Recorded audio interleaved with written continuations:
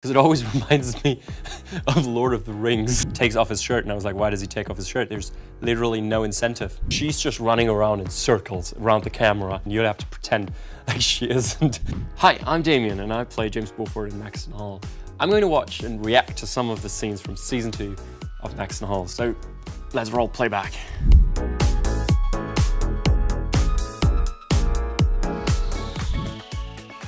Couldn't miss a good white picnic scene. I just have one question. Why is everyone allowed to wear white and James suddenly doesn't wear anything?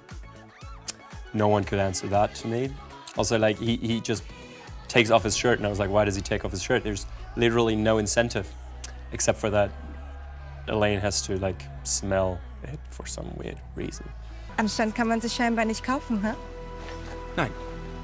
Aber ein Wachdienst, der dich gleich vom Gelände schmeißt. Noch ein Wort und ich schmeiß dich gleich vom Gelände. Oh, du tust ja so, als wäre die Kleine deine Freundin. And I think Harriet and I, we added a little element there to it, that he takes a look at Ruby and she nods to him to kind of reaffirm that, yes, there you go. She's just giving him the go to make their relationship public. And I think that's just adding to the bond that the two of them have. So that was a lovely scene. Yeah, yes. Also, Basil did a wonderful job. I mean, he just came in, did that character for like a couple of days, and you have to deliver that, like, spot on. He was a fun guy to shoot with. I really love this moment because they are horrible at keeping a secret. I think like 5 minutes ago, they were like, yeah, we'll have to, you know, just the two of us know, the outer world doesn't need to know, we'll figure it out whenever. And now they're just like, yeah, we're a couple. Yeah, you got it right. Ich brauche einfach Zeit, das alles zu verdauen. I also love this whole sequence because watching it for the first time with a good friend of mine, she was like, wait a second, why are they all dressed up? And I think we all had this question. Der James von früher, der wäre jetzt abgehauen oder hätte dir irgendwas versprochen, damit du bleibst. Und der James von heute? Er glaubt an uns. Also, these particles are really fun. You know, there's like these little things that are flying around. So our prop master, she's the queen. You have to imagine every frame that there is, she's just running around in circles around the camera, having all these like particles in her hand, just throwing them all around, and you'll have to pretend like she isn't just completely out of breath right behind you. We have the 360 camera angle again, which is like the classic kiss. We always make that joke whenever we shoot a kissing scene. It's just, there we go again, and our Steadicam operator Flo hates it because it's always really out of breath for him.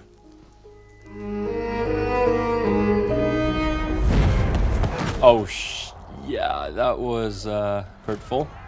You have to know, can I stop them at a certain point? Oh yeah, because what's important to know is that we actually filmed these scenes with large amounts of people from the national team from Germany. And these guys weigh like 120 kilos, so it's like 200 pounds or above.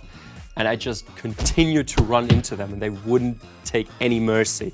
So at the end of the day, I literally couldn't walk anymore. I was just like, I think the whole next shooting day, they had to change the whole setup, so I was only having scenes where I was sitting down. But apart from that, it was fun, so let's keep going.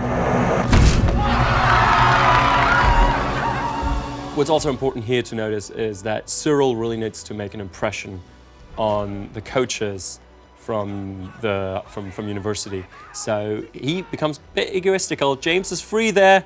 I'm screaming out of my freaking lungs and he fucks it up. Yep. Also hurt for him, but I think that was justified, right? And my favorite part is actually right now, I mean, the reactions are great. We had a lot of like content creators that were there that saw themselves in there. They did a wonderful job.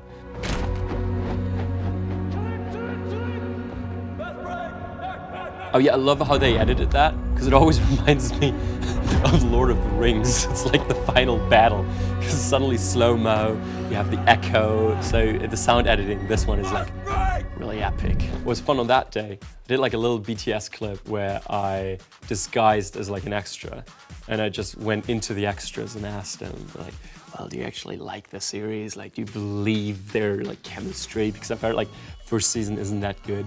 And I loved how protective they already were of the first season. They were like, no, this is amazing. And I was like, yeah, sure, it's amazing. And then my only goal was to get into frame as an extra, disguised with a hat and like fake hair, like a wig. And I screamed out of the top of my lungs, cheering for Maxton Hall, and I think I did end up in the B camera, but for some reason they didn't edit it in. So that was a complete letdown. Moving on. Fechten. Ja, wir. Du, meine verdorbenen Kinder. Du glaubst wirklich, dass du damit durchkommst, oder? Man hätte das niemals so verfügt. Hast du gezwungen? So wie du alles Camper gezwungen hast? Oh, the testament scene. The last will, the reading of the will. I love that face-off. And what was really important for me there, I don't know if you noticed that detail, that I grab him by his arm, because that is a mirroring to what he did to me in the boardroom in episode 5. But then I look at it and I realize I'm doing the same that he did, and I don't want to become the person that he is, so I'm letting go because I don't want to use physical force. And it's the first time he straight up says, fuck you, and I think he realizes he will never receive the love he wants and he needs from his father.